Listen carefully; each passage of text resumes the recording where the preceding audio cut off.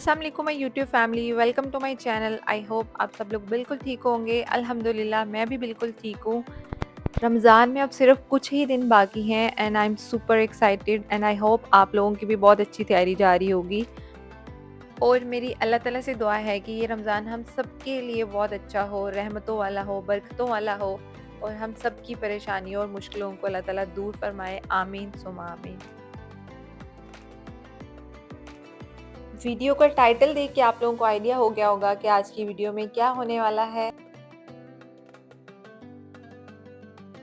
आज की वीडियो में मैं आप लोगों से शेयर कर रही हूँ अपनी प्री रमज़ान प्रेपरेशन।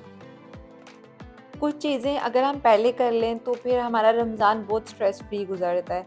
तो आज की वीडियो में मैं आप लोगों के साथ कुछ टिप्स एंड ट्रिक्स शेयर करूँगी, रेसिपीज़ शेयर करूँगी। तो आप लोगों ने फुल वीडियो देखनी है ताकि कोई भी चीज़ आप लोगों से मिस ना हो। तो चलें हम अपनी वीडियो स्टार्ट करते हैं। वीडियो के स्टार्ट में मैं बेड सेट कर रही हूँ क्योंकि मुझे लगता है कि दिन की शुरुआत एक क्लीन और फ्रेश स्पेस से हो तो एनर्जी पॉजिटिव होती है। इसलिए मैं सबसे पहले अपना बेड सेट करती हूँ, उसके बाद सारे काम स्टार्ट करती हूँ। बेड सेट करने के बाद मैं आ गई थी किचन में और मुझे सबसे पहले जिंजर गार्लिक का पेस्ट बनाना था। कुछ टाइम से मैंने ये छोड़ दिया हुआ था, मैं जब भी यूज़ करना होता था फ्रेश यूज़ करती थी। लेकिन अब जैसे रमज़ान आ रहा है तो मैंने कहा अब बना के रख लेती हूँ क्योंकि ये छोटी-छोटी चीज़ें ना रमज़ान में फिर ज़्यादा आपको थका देती हैं। क्योंकि रमज़ान में हमारी रूटीन टोटली चेंज हो जाती है, तो अगर ये छोटे-छोटे काम हम पहले कर लें ना तो हमारा काफ़ी टाइम सेव हो जाता है और फिर हमें इस तरह से इबादत का टाइम ज़्यादा मिल जाता है। गार्लिक मैंने पील ऑफ कर लिया था जितना मुझे पेस्ट बनाना था और सबसे मुश्किल काम होता है पील ऑफ करना। बनाने में इतना टाइम नहीं लगता जितना इसको पील ऑफ करने में लगता है। 2 लहसुन जो हैं वो मैंने निकाल दिए थे, ऐसे ही रख दिए थे कि अगर मुझे दाल वगैरह को तड़का वगैरह लगाना होगा तो उसके लिए। बाकी का जो भी था सारे का मैंने पेस्ट बना लिया और पेस्ट बनाने के लिए उसको सबसे पहले मैंने ब्लेंडर में डाला, फिर मैं थोड़ा-सा ऑयल डालती हूँ, सॉल्ट डालती हूँ, फिर पेस्ट बना के ज़िप-लॉक बैग में डाल के और उसपे किसी भी आप स्पून से, नाइफ से क्यूब्स की शेप देनी है आपने और फिर आपने इसी तरह से ज़िप-लॉक बैग को उठा के फ्रीज़र में रख देना है। जब ये फ्रीज़ हो जाएँगे ना तो फिर मैं आपको दिखाती हूँ कि मैं इसके क्यूब्स कैसे बना लेती हूँ।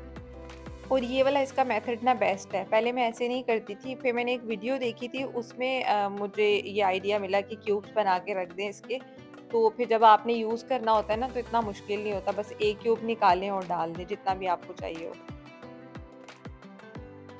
इसी तरह मैं जिंजर पेस्ट बनाऊँगी और जब मैंने ग्रॉसरी की थी तो मैंने आप लोगों को भी बताया था कि मुझे जिंजर बस थोड़ा-सा ही मिला था, तो जितना अभी था उसी का मैंने पेस्ट बना लिया। जब ये ख़त्म हो जाएगा ना तो फिर मुझे दोबारा ला के इसका बनाना पड़ेगा।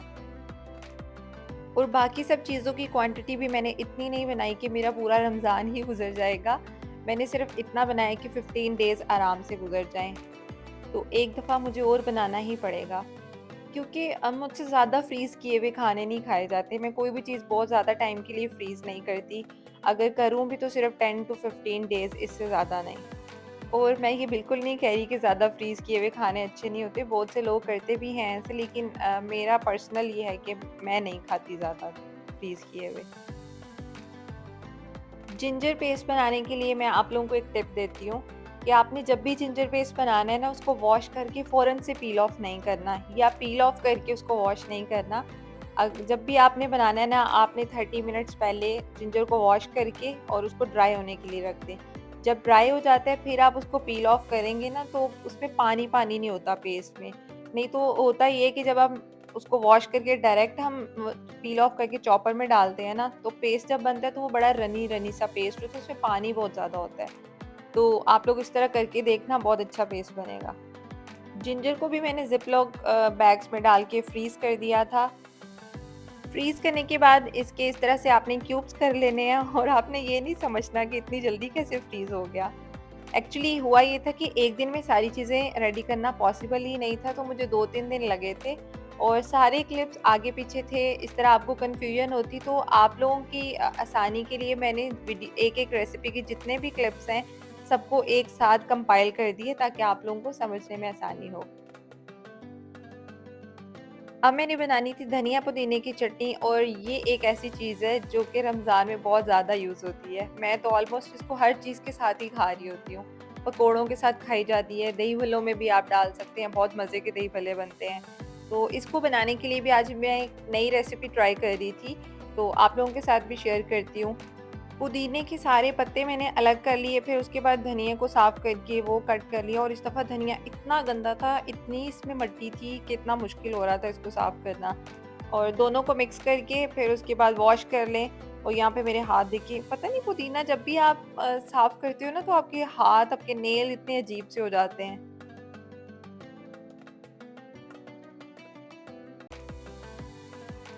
वॉश करके मैंने थोड़ी देर के लिए धनिया पुदीने को रख दिया था, और जब थोड़ा-सा पानी उसका ड्रेन हो गया है, अब मैंने चॉपर लिया है, चॉपर में इसको डाल के फिर इसमें ग्रीन चिलीज़ और 1 क्यूब मैंने गार्लिक का डाला था। पहले मैं गार्लिक नहीं डालती थी, ग्रीन चिलीज़ मैं डालती थी पहले भी। और 2-3 चीज़ें और भी हैं, वो भी अभी मुझे डालनी है, लेकिन वो मैं एंड पे डाल रही थी क्योंकि क्वांटिटी इसकी काफ़ी ज़्यादा है, तो मुझे था कि पहले मैं सारा पेस्ट बना लूँ, फिर एंड पे बाकी सारी चीज़ें ऐड करके ना, ताकि पूरे में मिक्स हो जाए वो अच्छे से।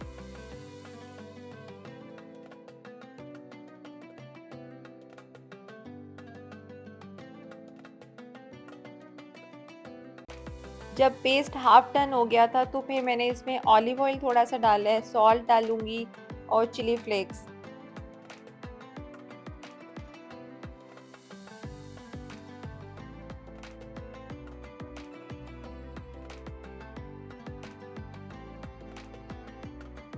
और जब सारा पेस्ट बन गया था, तो लास्ट में मैंने इसमें 1 टोमेटो ऐड किया था।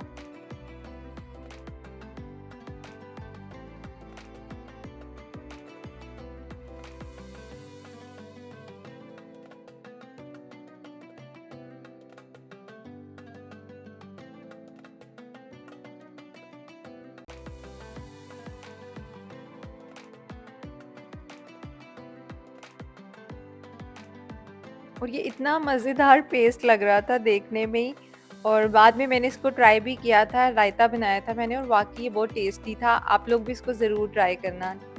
और इसको फ्रीज़ करने के लिए ये सिलिकॉन क्यूब्स की जो ट्रे होती है ना, ये सबसे बेस्ट रहती है। मेरे पास ये एक ही थी, तो बाकी का जो पेस्ट था वो मैंने नॉर्मल जो क्यूब ट्रे होती है उसमें डाला था। फ्रीज़ होने के बाद इसको भी मैंने निकाल के एयर टाइट बैग में डाल दिया था, और फिर दोबारा से इसको फ्रीज़र में रख दिया। अब मैं आप लोगों से वो रेसिपी शेयर करूँगी जिसका मैंने अपनी लास्ट वीडियो में आप लोगों से बोला था कि मैं ड्राई फ्रूट्स लेके आई हूँ, और मैं आप लोगों के साथ एक रेसिपी शेयर करूँगी।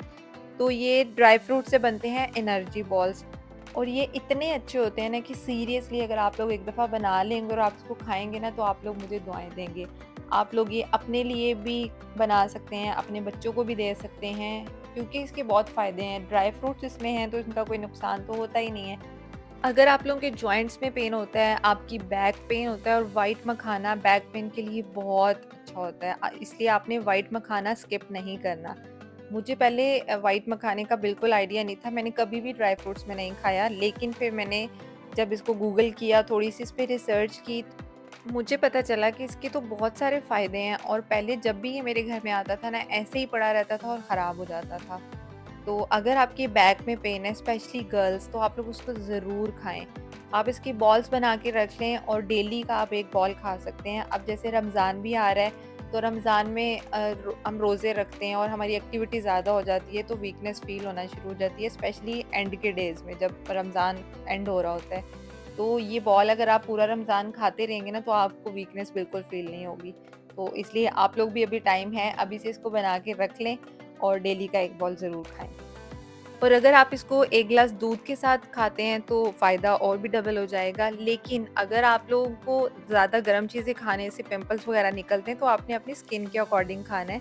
आप 2 दिन में 1 दफ़ा खा सकते हैं, फिर आप डेली ना खाएँ। अब मैं आप लोगों के साथ इसकी रेसिपी शेयर करती हूँ कि आपने इसको बनाना कैसे है। पहले आपने ड्राई फ्रूट्स ले लेने हैं, क्वांटिटी आप लोग अपने अकॉर्डिंग ले लें, और सारे ड्राई फ्रूट्स ले लें। फिर एक पैन लें आप, और उस पैन में 1 टेबलस्पून आपने देसी घी डालना है, और उसमें ये सारे ड्राई फ्रूट्स 2-3 मिनट्स के लिए रोस्ट कर लेने हैं। और व्हाइट मखाना आपने एंड पे डालना है, उसको पहले नहीं डालना, अगर पहले डालेंगे ना तो वो जल जाएगा ज़्यादा। जब ड्राई फ्रूट्स थोड़े से ठंडे हो जाएँ तो चॉपर लें और उसको चॉपर में डाल के थोड़ा-सा चॉप कर लें। अगर आपको पाउडर पसंद है तो पाउडर बना लें, नहीं तो आप थोड़ा-सा उसको मोटा-मोटा चॉप कर सकते हैं।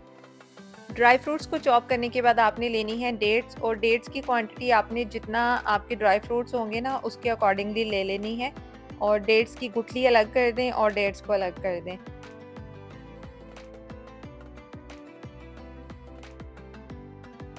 मैं जितनी बॉल्स बना रही थी उनके लिए इतनी डेट्स काफ़ी थी, और फिर आपने दोबारा उसी पैन में 1 टेबलस्पून देसी घी लेना है और इन डेट्स को आपने उस घी में डाल के थोड़ी देर के लिए फ्राई करना है। फ्राई करने से डेट्स सॉफ्ट हो जाएँगी, और जब ये सॉफ्ट होने लग जाए ना और आपको फ़ील हो कि नीचे लग रही हैं पैन के साथ, तो आपने इसको उतार लेना है, और फ्राई आपने इसको बिल्कुल लो फ्लेम पे करना है।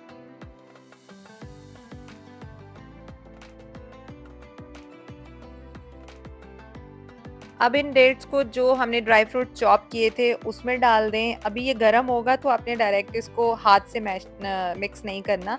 पहले आप इसको स्पून से करें थोड़ी देर, जब आपको फ़ील हो कि अब डेट्स ठंडी हो गई हैं तो फिर आप ग्लव्स पहनें और हाथ के साथ इसको अच्छी तरह से मिक्स करें।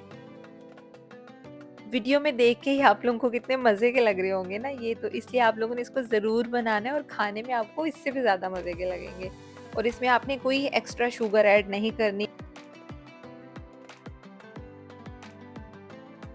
जब तक ड्राई फ्रूट्स अच्छी तरह से डेट्स के साथ मिक्स ना हो जाए ना, तब तक आपने इसको मिक्स करते रहना है। और फिर इस तरह से आप इसको बॉल्स की शेप में बना सकते हैं, और अगर आपने बच्चों को देने हैं तो आप छोटे बॉल बना लें या कोई और शेप भी बना सकते हैं, ताकि बच्चे आपके शौक से खा लें इसको। मैंने बॉल्स बना के क्लिंग रैप करके इसको रख दिया था, और फिर बाकी कामों से फ्री होके फिर मैंने इसको एयर टाइट कंटेनर में डाल दिया था। और आप इसको बना के रख सकते हैं, 1 मंथ के लिए आप इसको आराम से यूज़ कर सकते हैं, ये बिल्कुल भी ख़राब नहीं होते।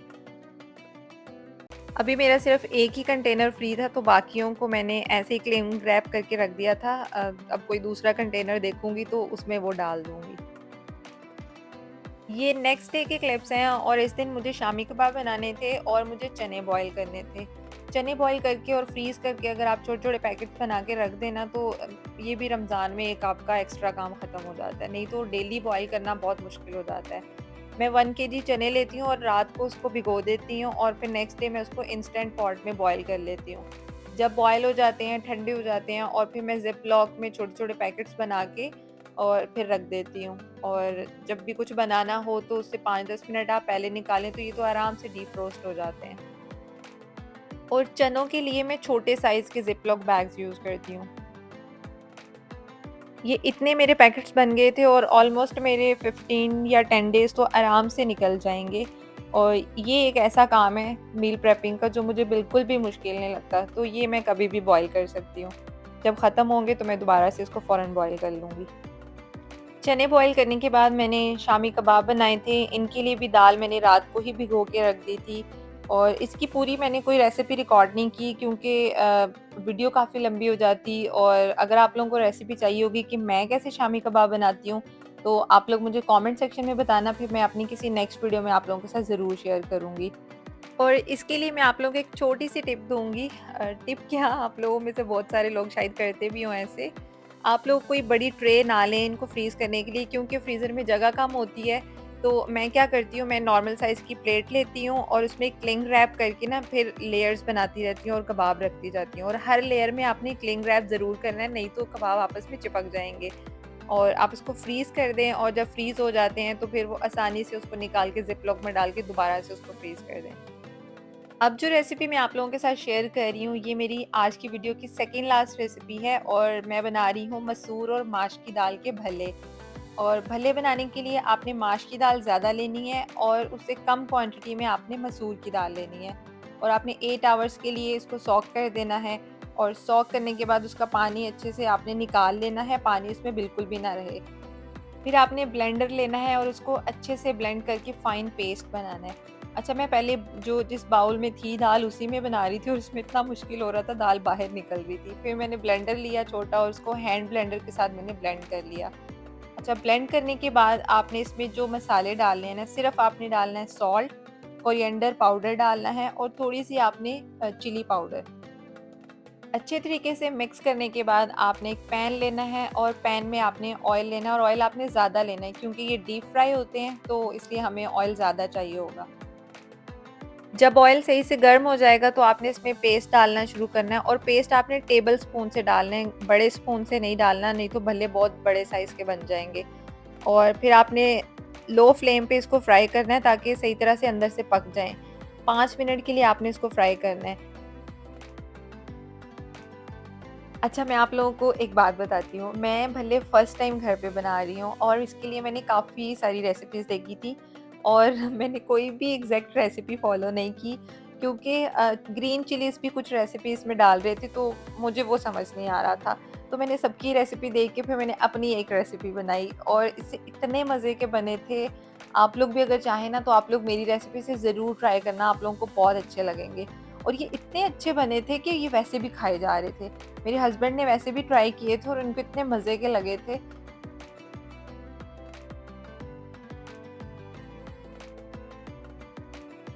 मैंने तो अपने लिए भले बना लिए हैं, अब आप लोगों की बारी है कि आप लोग भी अपने लिए बनाएँ और अपना रमज़ान एन्जॉय करें। अच्छा, जब भले बिल्कुल ठंडे हो जाएँगे ना, फिर आपने इसको ज़िप-लॉक में डाल के फ्रीज़ कर देना है और जब भी आपने इसको बनाना है, आपने इसको आधा घंटा पहले निकालना है और वार्म वाटर में इसको सॉक कर देना है ताकि ये सॉफ्ट हो जाएँ और फिर इनका पानी स्क्वीज़ करके आप लोग इसको भलों में इस्तेमाल करें।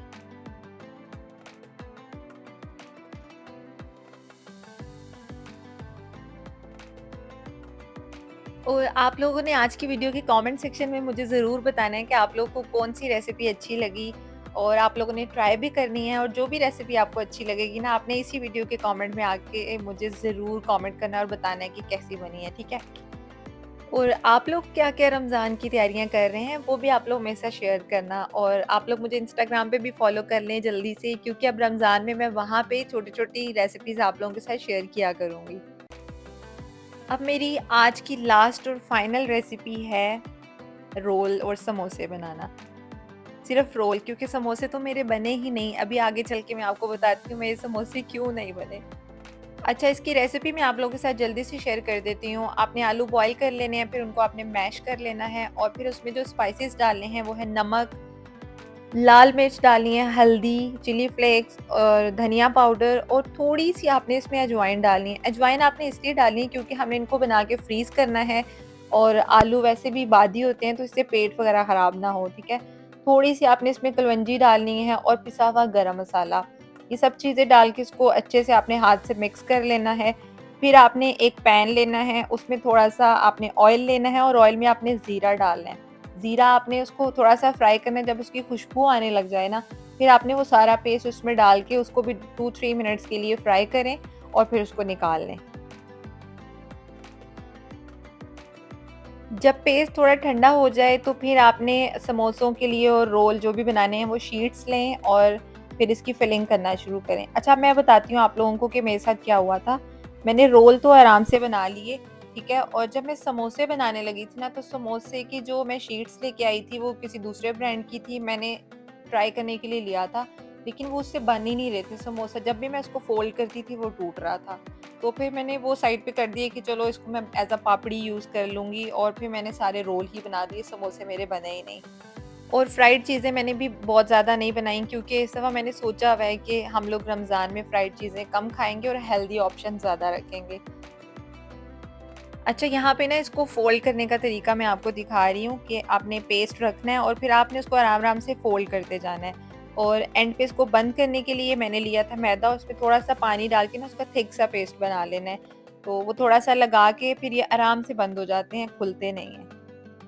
इसी तरह से मैंने सारे रोल बना लिए थे और इनको भी मैं फ्रीज़ कर दूँगी, फिर जब फ्रीज़ हो जाएँगे तो इनको ज़िप-लॉक बैग में डाल के दोबारा फ्रीज़ कर दूँगी। इमली और खजूर की चटनी भी मैंने पहले से बना ली हुई थी और दोबारा जब बनाऊँगी ना तो उसकी रेसिपी मैं आप लोगों के साथ शेयर करूँगी। और अल्हम्दुलिल्लाह 95% जो है ना मेरी सारी प्रिपरेशंस हो चुकी थी। अभी मुझे चिकन लेके आना है, उसको मैरिनेट करके रखना है और कीमा भी मैं सोच रही हूँ लेके आऊँ और मुझे सीख कबाब बनाने हैं। अगर मैंने बनाए तो मैं आप लोगों के साथ नेक्स्ट किसी वीडियो में शेयर करूँगी क्योंकि नेक्स्ट जो वीडियो आएगी वो तो मेरी होगी रमज़ान डेकोरेशंस की, तो वो आप लोगों को जल्दी मिल जाएगी रमज़ान से पहले ही इंशाल्लाह। ये वो क्लिप है जहाँ पे मेरे समोसे खराब हो रहे थे। रोल बनाते-बनाते ना मुझे काफ़ी टाइम हो गया था और अब किचन में काफ़ी बर्तन भी धोने वाले थे, तो मैंने कहा बस अब एक ही दफ़ा ना सारा किचन साफ़ करके फिर ही सोती हूँ। बस ये थी मेरी आज की वीडियो। अगर आप लोगों को मेरी वीडियो में आज कुछ भी अच्छा लगा है तो प्लीज़ आपने कमेंट करना है, चैनल को सब्सक्राइब करना है, वीडियो को लाइक करना है और बेल आइकन को प्रेस करना है, ताकि जैसे ही मेरी रमज़ान डेकोरेशन की वीडियो आए आप लोगों को नोटिफ़िकेशन आ जाए।